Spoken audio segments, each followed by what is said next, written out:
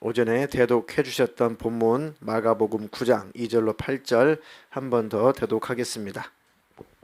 엿새 후에 예수께서 베드로와 야고보와 요한을 데리시고 따로 높은 산에 올라가셨더니 그들 앞에서 변형되사 그 옷이 광채가 나며 세상에서 빨래하는 자가 그렇게 희게할 수 없을 만큼 매우 희어졌더라. 이에 엘리야가 모세와 함께 그들에게 나타나 예수와 더불어 말하거늘 베드로가 예수께 고하되 랍비여 우리가 여기 있는 것이 좋사오니 우리가 초막 셋을 짓되 하나는 주를 위하여 하나는 모세를 위하여 하나는 엘리야를 위하여 하사이다 하니 이는 그들이 몹시 무서워하므로 그가 무슨 말을 할지 알지 못함이더라. 마침 구름이 와서 그들을 덮으며 구름 속에서 소리가 나되 이는 내 사랑하는 아들이니 너희는 그의 말을 들으라 하는지라. 문득 둘러보니 아무도 보이지 아니하고 오직 예수와 자기들 뿐이었더라. 아멘. 아멘. 오후 설교 제목도 생각 속의 잡소리를 없애는 방법. 두 번째 시간입니다. 오전 설교 시간에 우리 생각 속에 잡소리를 내게 하는, 또 내 생각 속에 잡소리를 듣게 하는 그 원인이 영적으로 악한 영들이죠. 원수. 그래서 과거의 실패, 실수, 불행한 일, 아픔, 상처, 고통, 괴로움, 또 잘못한 죄. 악한 영은 자꾸 과거로 집착하게 만듭니다. 과거에 집중하게 만들어요. 자꾸 내 과거에서 들려오는 그 잡소리. 절대 성령의 소리는 아닙니다. 절대 성령의 소리는 아니에요. 다 악한 영이 우리를 괴롭히려고 과거로부터 잡소리를 듣게 합니다. 우리의 귀는 항상 어디? 현재 하나님 목소리. 그게 성령의 역사입니다. 그리고 악한 영들, 또 귀신들은 암울한 미래, 암울한 과거, 암울한 미래, 콱콱 닫혀버릴 것 같은 그 암울한 미래를 오해하게 만들고, 또 미래에서 들려주는 암울한 소리를 또 귀를 기울이게 만듭니다. 너는 끝이야. 너는 안 돼. 너는 실패. 될 수 없어. 너는 포기해. 너는 더 살아봤자 소용없어. 급기야는 인생을 완전히 멸망시키려고 이 원수가 가짜 소리를, 미래에서 들려주는 가짜 소리에 집중하게 만듭니다. 요게 다 잡소리예요. 하나님은 지금 현재 하나님, 지금 내가 하나님과 함께 있으면 그만인 거예요. 아멘. 미래가 캄캄하고 답답하고 열릴 것 같지 않을 것처럼 보여도 상관없어요. 왜? 지금 현재 하나님과 함께 있으면 그만입니다. 미래는 하나님이 또 열어가실 거니까. 현재도 우리가 책임 못 지는데 미래까지 우리가 어떻게 책임져요? 다만 지금 하나님과 내가 함께 있는 것이 제일 중요하다. 아멘. 그래서 늘 하나님의 목소리에 귀를 기울여야 된다. 주님이 들려주시는, 내 속에서 주님이 들려주시는 그 음성에 늘 귀를 기울이십시오. 너는 내 아들이야. 너는 내 딸이야. 내가 너와 함께한다. 네가 기도할 때 내가 듣고 있다. 너보다도 너의 사정을 내가 더 잘 알고 있다. 내가 너를 응원한다. 내가 다시 오면 내가 너를 꼭 데리러 올 거다. 내 내면에 들려주는 주님의 음성에 귀를 기울여라. 그냥 부정적인 생각은 다 원수가 주는 것입니다. 그리고 두 번째는 자신의 정체성을 분명히 시켜라. 나는 누구냐? 나는 누구냐? 침례 요한은 나는 이사야 선지자가 예언한 바로 그 인물이야. 광야에 외치는 소리. 그러니까 어떤 것에도 흔들리지 않았죠. 목에 칼이 들어도 절대 자기 사명이 흔들리지 않았습니다. 자기가 살아야 될 이유에 대해서 조금도 의심하지 않았어요. 나는 메시아가 오실 때 그 앞길을 닦아놓는 자, 그 첩경을 예배하는 자로 하나님이 나를 부르셨다. 그 이유 때문에 나를 살게 하셨다. 그러니까 그렇게 많이 침례 요한이 핍박을 받았어도 결국은 순교를 당하는 그 순간까지도 끝까지 자기 사명을 감당하고 흔들리지 않았다. 어떤 소리도 다 잡소리예요. 하나님이 내게 주신 소리만 난 따라가면 된다. 마지막으로 늘 하나님의 말씀에 집중해라. 귀를 기울여라. 제일 좋은 것은 성경입니다. 성경 밖의 것 참고는 될 수 있어요. 근데 그것이 진리가 되면 안 됩니다. 제가 가끔 말씀드리는 것은 우리 교회는 오픈된 교회입니다. 어느 교회든지 어떤 목사님이든지 어떤 사이트든지 유튜브에 어떤 설교든지 여러분들이 다 자유롭게 들으셔서 더욱더 여러분들이 믿음을 정확하게 확고하게 하시라는 겁니다. 그리고 더 튼튼하게 하시라는 거예요. 그리고 뭡니까? 분별력을 더 가지라는 겁니다. 다른 목사님 설교를 들어보니까 확실하게 또 한 번 내가 확증이 됐다. 진짜 진리가 맞구나. 예수가 진리구나. 그런데 혼란스럽다. 뭔가 자꾸 교회와 충돌되고 강단과 충돌이 된다. 그는 멈추라고 그랬습니다. 그리고 성경에 집중하라고 그랬어요. 그게 아주 중요합니다. 왜? 잘못하면 내가 이해하지 못하는 것들이 나에게 잡소리가 되거든요. 조금 제가 어느 선을 그어드리는 게 있어요. 정식 교단에 속한 목회자고 교회에 이어야 됩니다. 그게 일단 안전장치예요. 많은 설교자가 있고 많은 유튜버가 있어요. 많은 성경 세미나가 있습니다. 고를 수 있는 것은 제일 안전한 것은 정식 교단, 정통 교단, 정통 신학교에서 정규 신학을 공부한 그리고 목사 안수를 받은 그리고 목회자여야 돼요. 제일 안전합니다. 이해가 되세요? 그렇지 않으면은 위험에 처할 수가 있습니다. 그러니까 특별히 여기만 진짜야. 그건 가짜예요. 여기가 최고야. 여기만 진리야. 거의 다 가짜입니다. 왜요? 성경은 비밀인데 오픈된 비밀이에요. 이해가 되시죠? 구원은 비밀이었습니다. 근데 이제 다 감춰졌던 것들이 다 오픈되어 있어요. 성령의 시대에 와서. 그러니까 성경도 다 누구나 보라고 이렇게 오픈되어 있는데 자기들만 진리라고 그거 가짜예요. 그 이단입니다. 속지 않기를 바라겠습니다. 그게 한 대목 한 대목 들어오면 내게 잡념이 됩니다. 귀신이 이거 속살거려요. 자, 이해가 되시죠? 원래 그 설교 하려고 했던 건 아닌데요. 요즘에는 신천지도 그렇고 이단들이 노골적으로 교회에다가 이 책자들을 보내요. 신천지 책자는 아닌데요. 주님 오실 날이 가깝긴 가까웠나 봐요. 왜요? 진짜가 있기 때문에 가짜가 판치는 겁니다. 2027년 10월 2일 날 예수님 재림한대요. 지금은 이단들이 쉬쉬하지 않아요. 노골적으로 교회에다가 우편으로 보세요. 신천지도 속된 말로 한번 신천지 세미나 와가지고 목사님 한번 맞짱 띱시다 이렇게 와요. 편지가. 자신 있으면 오라 이거예요. 자기들도.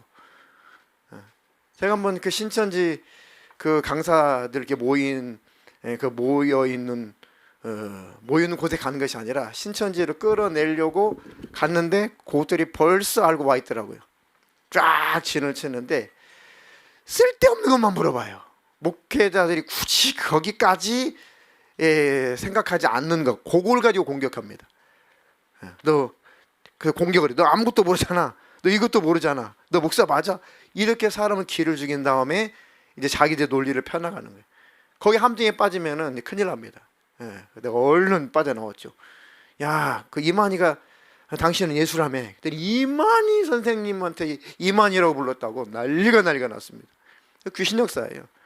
야, 너희들도 지금 조영기 목사님 조영기 하잖아. 나도 이만희 하는데 뭐가 잘못됐는데 제가 그랬거든요. 그래서 제가 그럼 이만희가 최고냐? 그랬더니 이만희 선생님을 총회장님을 이만희라고 반말했다고 얼마나 호되게 저를 뭐라고 하든지. 너희들도 조영기 하잖아. 여기서 말려 들어가면은 끝이 없어요. 그래가지고 그 청년을 손 딱 끌고 나와가지고 밖으로 빠져나왔죠. 그랬더니 본색이 드러나요.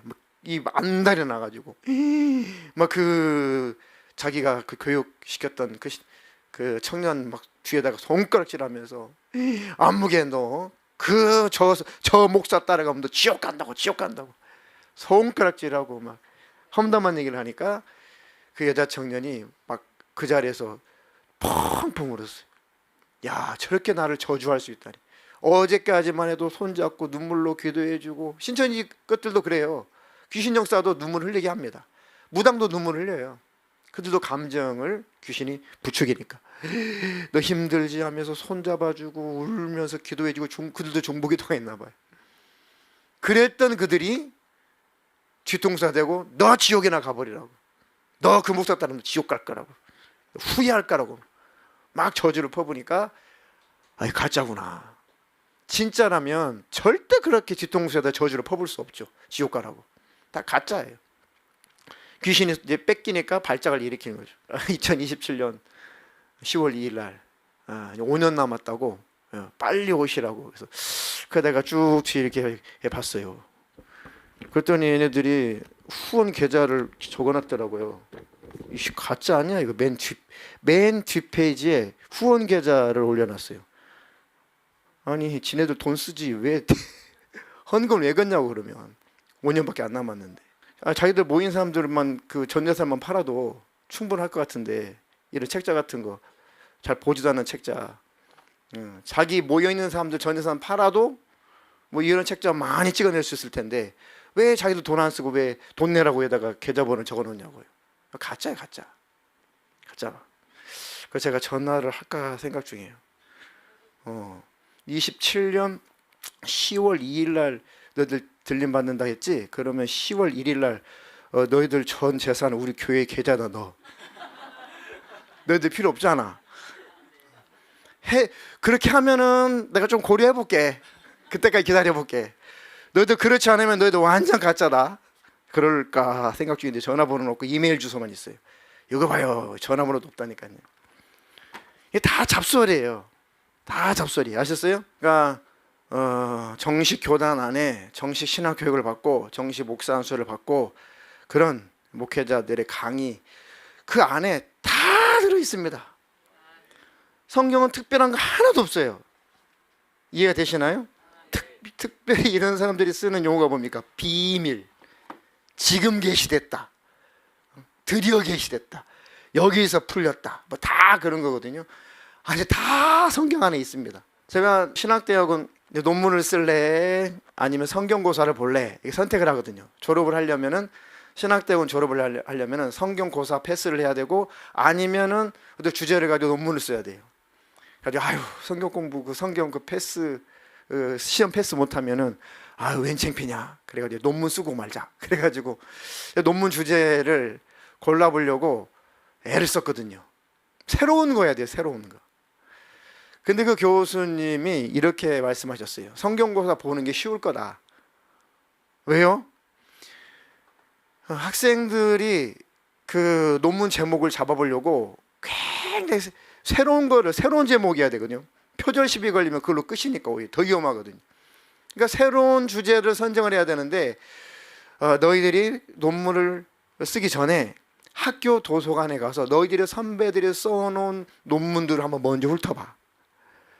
그 논문 중에 없는 제목을 한번 골라봐. 그래가지고 가봤거든요. 아주 뭐 수십 년 된 논문들이 쫙 있어요. 이미 우리가 이거는 생각 못했을 거야. 이 주제는 생각 못했을 거야. 천만의 말씀. 10년 전, 20년 전에 선배들이 다 그거 생각해 본 거예요. 새롭게 쓸 게 없는 거예요. 특히 박사 논문 같은 경우는 정말 쓸 게 없대요. 이미 다 해놨으니까. 이해가 되시죠? 연구해볼 거 연구해보고 종말론 다 연구할 거 다 연구했습니다. 1800년대 지나갔던 유행했던 그 종말론이요 이거요. 7년대 환란, 3년 반 이런 거 다 그런. 지금 세 번째인이 때렸다나? 조금만 성경을 이해하면은 다 가짜입니다. 계시록은 구약하고 복음서, 신학 전체를 아울러야지만 계시록이 무슨 말인지가 이해가 돼요. 근데 그렇지 않으면은 엉뚱한 해석을 합니다. 지금 뭐 하늘에 뭐 별이 육각형을 그려보면은 뭐 아주 궤변입니다. 궤변. 다 잡념. 그러니까 우리는 성경, 그 예수, 그러니까 속지 말라 이 말입니다. 결국 내 신앙생활이 다 잡소리, 잡념. 저도 한국의 유명한 종말론 연구가 책이라는 책은 다 봤어요.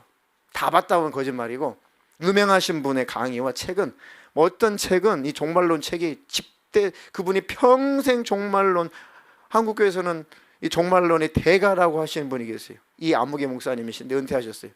이분이 종말론의 대가라고 한국 교계에서는 아주 이름나신 분입니다. 그분이 평생의 종말론만 강의하셨는데 그분이 일생에 연구한 종말론을 정리한 게 이렇게 두꺼워요. 수천 페이지입니다. 근데 결론을 나중에 봤더니 그분도 결국은 베리칩에서 맡겨버렸어요. 베리칩 이거는 좀 연구해 봐야 된다. 뭐 연구해 봐요. 베리칩 이미 지나간 건데. 그러니까 뭐 막 그런 거 특별한 거 특이한 거 그런 거 쫓아가지 말고 난 어떻게 하면 예수 닮아가지? 난 어떻게 하면 하나님 사랑할 수 있지? 하나님 나는 내 영혼도 사랑 못해. 나는 내 가족 내가 피 쏟아놓은 내 자식도 때때로는 미워. 그것도 사랑 못하는데 이게 제일 큰 숙제입니다. 나는 어떻게 하나님 형상 닮아갈까? 내가 얼마나 주님을 더 가까이 갈까? 어떻게 하면 주님과 함께 동행하며 살까? 그것만 연구하시면 됩니다. 내 속에 있는 더러운 죄를 어떻게 하면 끊어버릴까? 어떻게 하면 버릴까? 우리는 그것만 연구하시면 되고 그것만 기도하면 됩니다. 안 되니까 주의 열리신 보혈의 공로 늘 의지하셔야 되고 내가 온전하지 못하니까 주님 앞에 십자가 앞에 낮아져야 되고 겸손해야 되고 그 누구만 자랑해요? 예수만 자랑하게 돼 있어요. 영적일수록 예수만 자랑합니다. 영성이 강화된 사람일수록 겸손할 수밖에 없어요. 그럼요. 영적인 세계에 깊이 들어간 사람 치고 다 겸손합니다. 영적으로 깊이 들어갔다고 하면서 자랑질하는 사람은 영적인 세계에 한 발짝도 못 들어간 사람이 아니면 타락했던가 다 가짜예요. 영성이 깊은 사람일수록 십자가 앞에서 낮아질 수밖에 없어요. 나 아무것도 아니구나. 주님 피 흘리시지 않았다면 나는 지옥이구나. 결국은 거기에 머물러 있어야 됩니다. 나머지는 다 가짜예요. 예수만이 진짜. 한국교회도 얼마나 막 때때로는 하나님 쓰시기도 하셨지만 이 광장에 나가서 소리 치시고 하신 분들 몇 분들 계셨습니다. 때때로는 그게 그때는 필요했지만은 결국은 인기를 얻으니까 예수는 없어요. 안무게만 있어요. 이렇게 흘러가는 거예요. 그러니까 하나님 한때 쓰셨을지라도 교만을 떨게 되면은 사단에게 지배를 받아요. 예수는 없고 안무게만 남아있어요. 안무게 아니에요. 속지 마시기를 주님의 이름으로 부탁합니다. 그리고 우리의 삶 속에 근심, 걱정, 염려 이런 것들을 통해서 계속 귀신들은 잡소리를 준다. 그리고 또 한 가지 잡소리 원인은 뭐냐면 사람과의 관계 속에서 아픔, 상처 그 경험 속에서 잡소리가 들려요. 엄마 아빠가 아이들을 막 훈계했어요. 아이들을 막 훈육했어요. 근데 감정을 잘 다스렸어야 되는데 안 될 때가 있단 말이죠. 감정을 잘 다스려야 되는데 안 될 때가 있어요. 한두 번 말하면 들어야지 100번 수천 번 말해도 안 들을 때는 이 한계가 넘어가는 거죠. 그럼 소리가 언성이 높아집니다. 막 혼을 내요. 그럼 나중에 아이들이 뭐라 그럽니까? 자기 아빠한테 상처받았다고, 엄마한테 상처받았다고, 막 밥도 안 먹고 삐지고 집도 안 들어오고 막 그럽니다. 그래가지고 잘 불러놓고 네가 뭔 상처를 받았는데 왜 그렇게 소리를 지르세요? 왜 그렇게 함부로 말하세요? 그리고 상처받았다고 그것만 생각해요. 난 상처받았어. 그래? 나는 너 때문에 내가 상처받았는데 왜요? 난 아빠한테 함부로 말한 적이 없는데요. 소리 지른 적도 없는데요. 뭐 이렇게 막 대들거나 그러지 않았는데요. 왜 아빠가 뭐 상처를 받았습니까? 아니 한 번도 아니고 두 번도 아니고 10번도 아니고 100번도 아니고 하루 이틀도 아니고 매일 같은 이유로 매번 이렇게 가르쳐줘도 또 훈육을 해도 혼을 내도 또 그러는 그런 너를 보면서 나는 상처를 받겠니 안 받겠니? 네가 야 이 새끼야! 야 이 놈아! 제가 그랬다는 거 아니에요. 야 이 녀석아! 너는 그거에 꽂혀가지고 상처 그 잡소리 때문에 삐져 있는데 네가 한 행동 때문에 내가 받은 상처는 왜 생각 안 하냐? 너도 가해자야. 너도 가해자. 또 나도 피해자, 너도 피해자. 너 가해자, 너 피해자. 나 가해자, 나도 피해자. 요게 마귀가 좋아하는 겁니다. 그렇죠? 혹의 마귀가 좋아하는 게 마귀가 좋아하는 거예요. 그러니까 원인을 누가 제공했든지 간에 결국은 둘 다 가해자가 돼버리고 결국 남는 건 둘 다 피해자가 돼요. 그리고 둘 다 잡소리에 힘들어요. 둘 다 잡소리로 귀신들이 쟁쟁쟁쟁쟁쟁쟁. 어떻게 네가 그럴 수 있어? 아빠는 어떻게 그럴 수가 있어? 네가 어떻게 그럴 수 있어? 아빠는 어떻게 그럴 수가 있어? 당신이 어떻게 그럴 수가 있어? 아니 당신은 왜 그럴 수가 있어?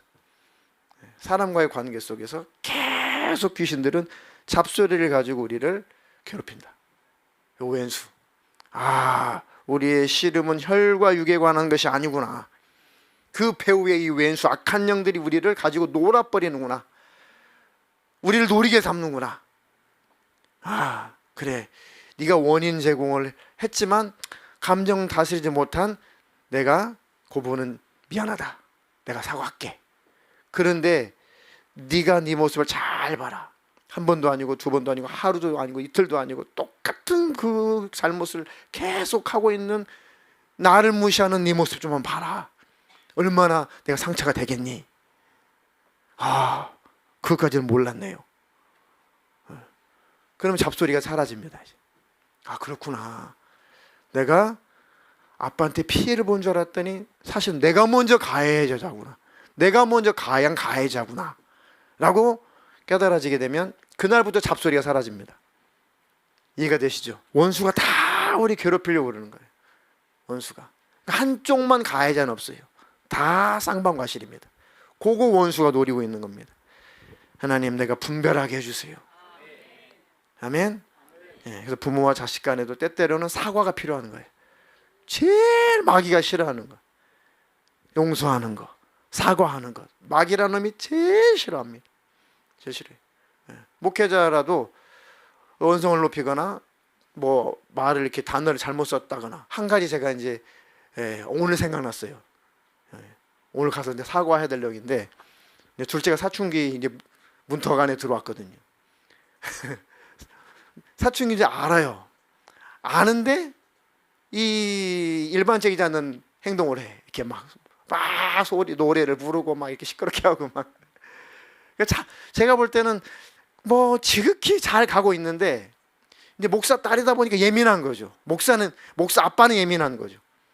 친구들 뭐 그 걔들 또래들을 보니까, 그 학교 친구들 보니까 비하면 굉장히 우리 딸은 잘 가고 있는데 목사 딸이고 목사 아빠다 보니까 조금 기준이 날카로운 거죠, 제가. 그래서 제가 저번에 한번 이렇게 말했습니다. 무슨 사춘기가 벼슬이니? 보자 보냐 하니까, 야, 사춘기가 무슨 벼슬이야? 야, 너 고3. 너 무슨 고3이 벼슬이냐, 너? 왜 이렇게 말 안 들어? 왜? 엄마 말 이렇게 안 들어? 주로 제가 폭발할 때는 엄마가 속상할 때, 엄마가 너무너무 속상할 때, 그때 제가 한 번씩 터지는 거예요. 응? 무슨 사춘기가 벼슬이니? 왜 엄마를 힘들게 해? 고3 데려와. 네가 무슨 고3이 무슨 벼슬이냐? 다 고3이야. 누가 고3을 괴롭다고 했나? 네가 그랬잖아. 그렇게 너를 자유롭게 해줬으면 엄마 말 잘 들어야지. 왜 듣장 부리고? 당연한 것 같은데 돌이켜보면 하나님 앞에 툭 걸리는 거예요. 제가 지금 설교도 지금 생각났습니다. 사과해야겠다. 지금 생각났어요. 근데 잊어버릴 수가 있거든요. 근데 아이들은 잊어버린 것 같아도 상처가 되지 않았으면 지나갔을 거예요. 근데 말을 하지 않지만 상처가 됐다면 남아있습니다. 상처는 저절로 절대 없어지지 않아요. 반드시 사과하고 반드시 대화를 해야 그 잡소리가 없어져요. 그렇지 않으면 20대가 돼도 그 생각 들어요. 왜요? 저도 경험이 있어요. 아니 5살밖에 안 먹었는데 마당에서, 비 온 날 마당에서, 시골 마당에서 쭉 넘어졌단 말이에요. 그럴 수 있잖아요. 어린데 너 똑바로 보고 다녀야지. 네가 왜 앞으로 보고 왜 넘어지고 그래? 딱! 이게 왜 기억나겠어요? 상처는 남아있으니까 기억이 남아있는 겁니다. 오늘 제가 이제 그 성령 받고 또 이제 뭐 영적인 세계를 좀 알고 또 하면서 그런 것들이 다 이제 풀어졌지만 기억에는 남아있는 거예요. 뭐 지금 악감을 갖고 있다, 뭐 지금도 상처가 있다, 뭐 그런 뜻이 아니라 기억에 그만큼 자리를 잡고 있다는 거예요. 그 사건이. 그뿐만 아니라, 예. 우리 어머니는 참 아버지는 매일은 안 드세요. 근데 더 무서운 게 뭡니까? 많이 무서워. 어머니는 말씀 잘 안 하세요. 근데 매를 드시. 예, 매를 들어요. 차라리 엄마가 나. 예, 차라리 어머니한테 종아리에 맞는 게 훨씬 더 상처가 안 남아요. 근데 말은 지금도 생각이 나잖아요, 그죠? 종아리 맞는 거는 아픈 거, 착착착 이 자국 난 거, 뭐 기억납니까? 느낌도 없어요 지금. 근데 말은 느낌이 있어요. 이게 무서운 거죠. 종아리 이렇게 막 때리시는데 제가 아마 그 오줌을 싸고 엄마가 이렇게 다 씻겨놨는데 또 똥을 쌌나 봐요. 그래가지고 시골이 얼마나 바빠요, 농사철에. 그러니까 엄마가 이제 부해가 나니까 이제 막 이렇게 그 뭐 시골 빗자루 같은 거 이렇게 때리셨나 봐요. 이제 제 성격이 아빠가 혼을 내도 그렇고 엄마가 매를 들어도 그렇고 절대 그 자리에서 이탈하는 법이 없어요. 혼내면 혼나는 대로 듣고 있고 종아리를 때리면 피가 나도록 가만히 있고. 제가 그랬다는 기억은 안 나는데 그랬다는 거예요. 그랬다는 거예요. 동생이 핥히면 핥힌 대로 그대로 있고. 그러니까 어머니가 때리다가 본인도 이제 회초리를 던져 그 빗자루를 던져야 될 만한 빌미가 있어야 되는데 요 놈이 안 도망가니까 더 화가 나는 게 더 화가 나는. 너는 엄마가 때리면 이놈아 도망가야지 왜 안 도망가고 엄마 마음을 이렇게 힘들게 만드는 거야. 그래서 제가 그랬대요. 어디로 도망가요? 엄마가 어이가 없어가지고 요즘 말로 헐 어렴풋이 생각이 나는 것 같아요. 그래서 어머니가 그때 미안했다. 저는 사실은 그 기억도 잘 안 나요. 그때 한번 최고로 많이 때려봤대요. 그때 최고로 많이. 그래서 저는 기억도 잘 안 나는데 또 이 회초리 되시는 분은 그게 또 잡소리로 남아 있구나. 몇 년 전인데 몇 년 전에 그것도 말씀하신 게 수년 전에. 그러면서 이제 어머니 잡소리가 사라진 것 같아요. 저는 없었어요. 때리신 분도 잡소리가 있는 거예요. 그때 내가 왜 그랬을까? 저도 비슷한 경험이 있는데요. 이거는 진짜 최근이다. 몇 달 안 됐어요. 우리 큰애가 고3. 자기가 정말 다른 거는 뭐 이렇게 섭섭한 것이 없는데 딱 한 가지 이해가 안 가는 게 있대. 뭐냐? 자기가 6살인가 5살인가 3살인가 기억은 안 나는데 이유도 모르게 종아리를 엄청 맞았대요. 누구한테? 아빠한테. 뭘로 맞았냐? 그 머리 빗는 빗자루 그 뒤로 머리 빗는 뒤 하여튼 그런 걸로 맞았대요. 그래가지고 사건을 설명을 하는데 얘가 맞아야 될 그 이유를 충분히 인식을 못 시켰구나. 그리고 때리니까 상처가 되는 거예요. 잘못하는 것을 충분히 가르쳐 주고 너 맞을 짓을 했지. 네, 동의를 얻고 회초리를 대면은 잡소리가 없어요. 근데 이해를 못 시킨 다음에 회초리를 대니까 내가 왜 맞는 건지 모르는 거지. 아이고 아프다, 굉장히 아프다. 근데 잘못한 것 같긴 한데 뭘 이렇게 잘못했지? 그리고 세월이 지난 다음에 물어본 거예요. 고3인데 몇 달 안 돼서 물어봐요. 자기가 악감이 있는 것이 아니라 아직도 그게 자기가 왜 맞았는지 이해가 안 된대. 그 상처도 사실은. 그 얘기 생각해 보니까 제가 기억이 났어요. 그때 내가 너 어르신들 이렇게 만나면은 인사하라고 한 번도 아니고 두 번도 아니고 계속 인사드리라. 근데 그날은 내가 잘 아는 어떤 분이 계시는데 그분하고 딱 맞닥뜨렸는데 여기 이런 어린이셔 인사드려. 그랬더니 싫어. 제가 그냥 무안했단 말이에요. 아니 그러지 말고 인사드려. 싫어. 인사드려. 싫어. 드려. 싫어. 우리 애가 지가 삐져가지고 엄마 뒤로 소문나 하여튼.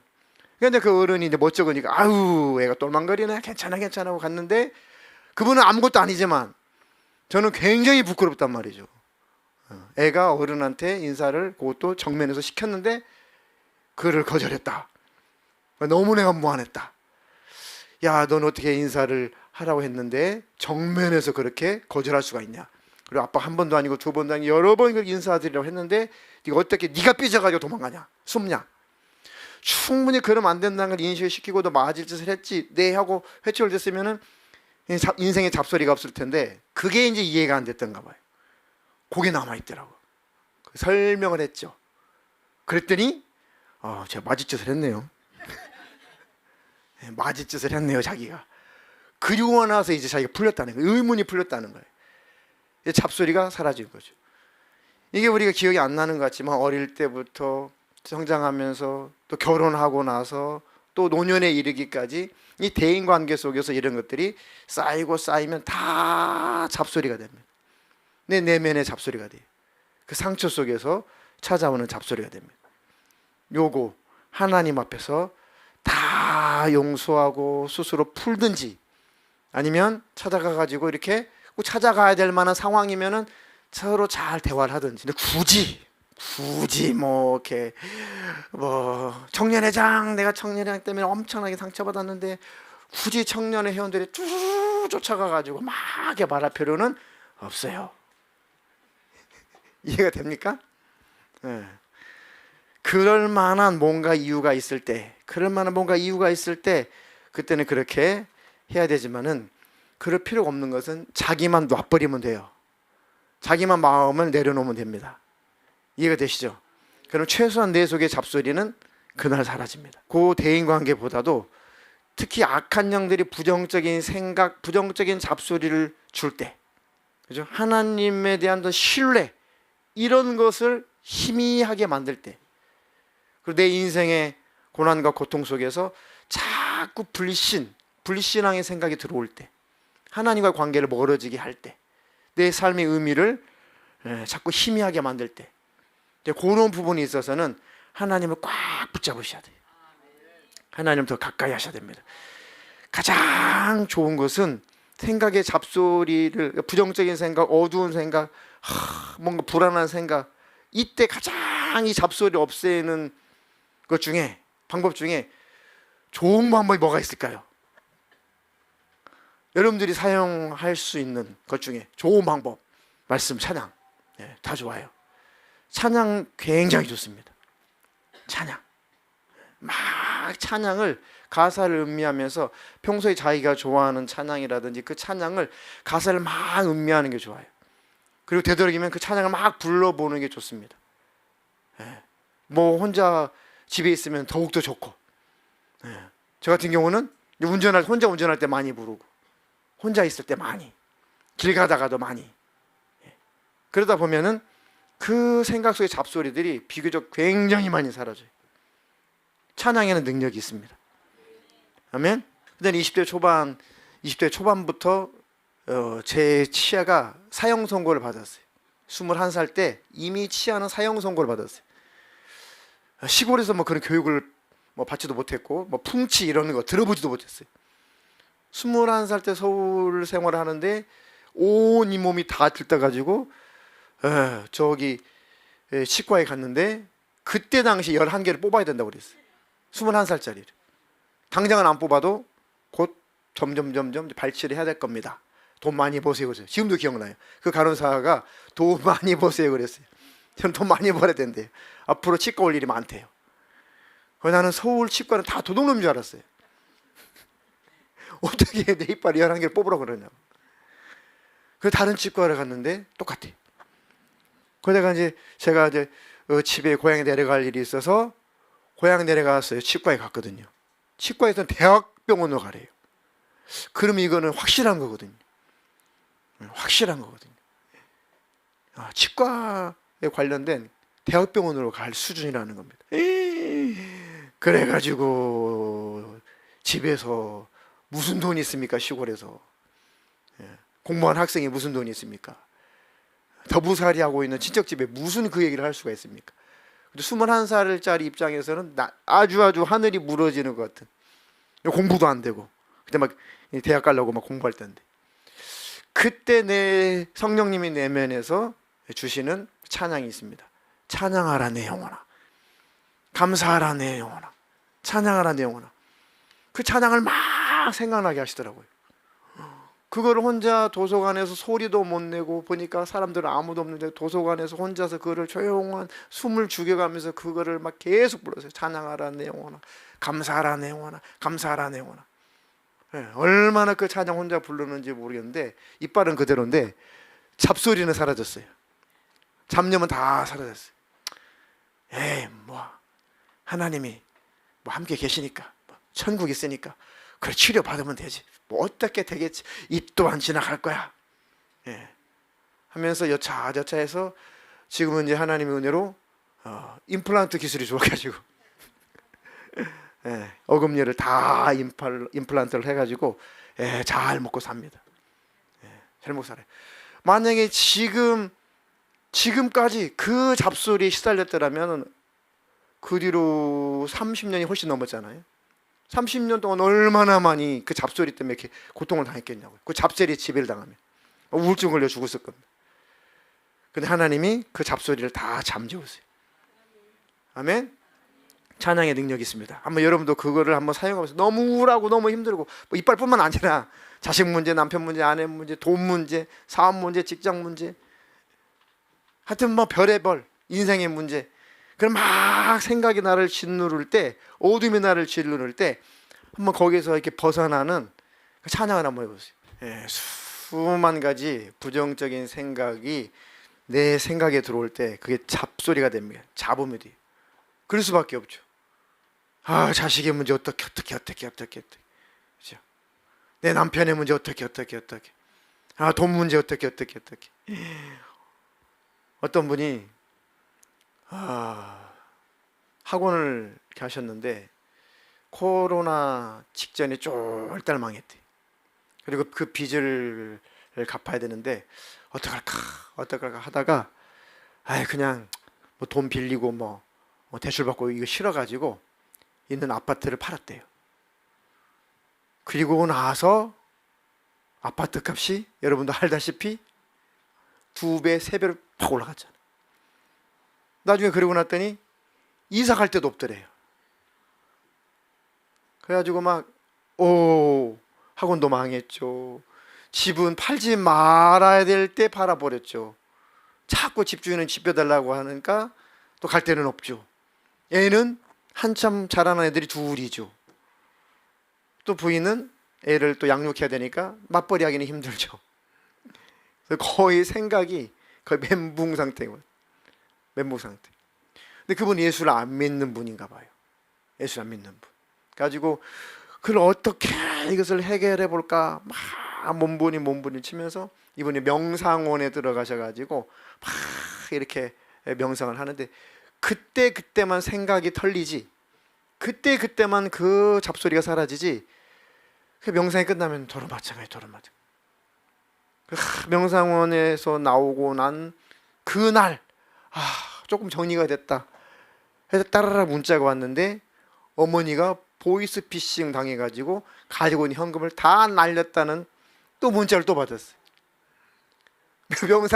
명상원에서 나오는 그날 그 문자를 또 받았어요. 명상원에서 배운 게 아무 생각이 안 나요. 그게 현실이에요. 명상원에서는 숨을 들이내십시오, 들이쉬십시오.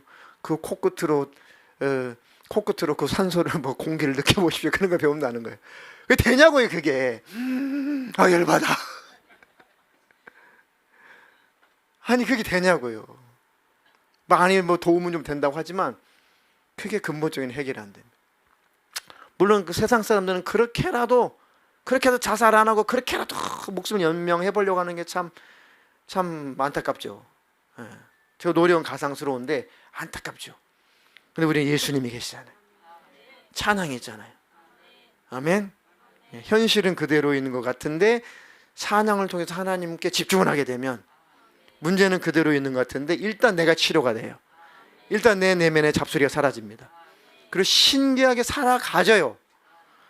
어떻게 살지? 지금까지 살아왔죠. 다 살아가집니다. 주님 안에서. 신기합니다. 다 실패하고 다 사라지고 다 뺏기고, 그래서 어떻게 살까 했는데 지금까지 살아졌어요. 살아왔습니다. 하나님이 함께 계셔요. 거기서 조금 더 믿음을 사용하게 되면은 더 행복할 겁니다. 힘을 내시기를 주님의 이름으로 축복합니다.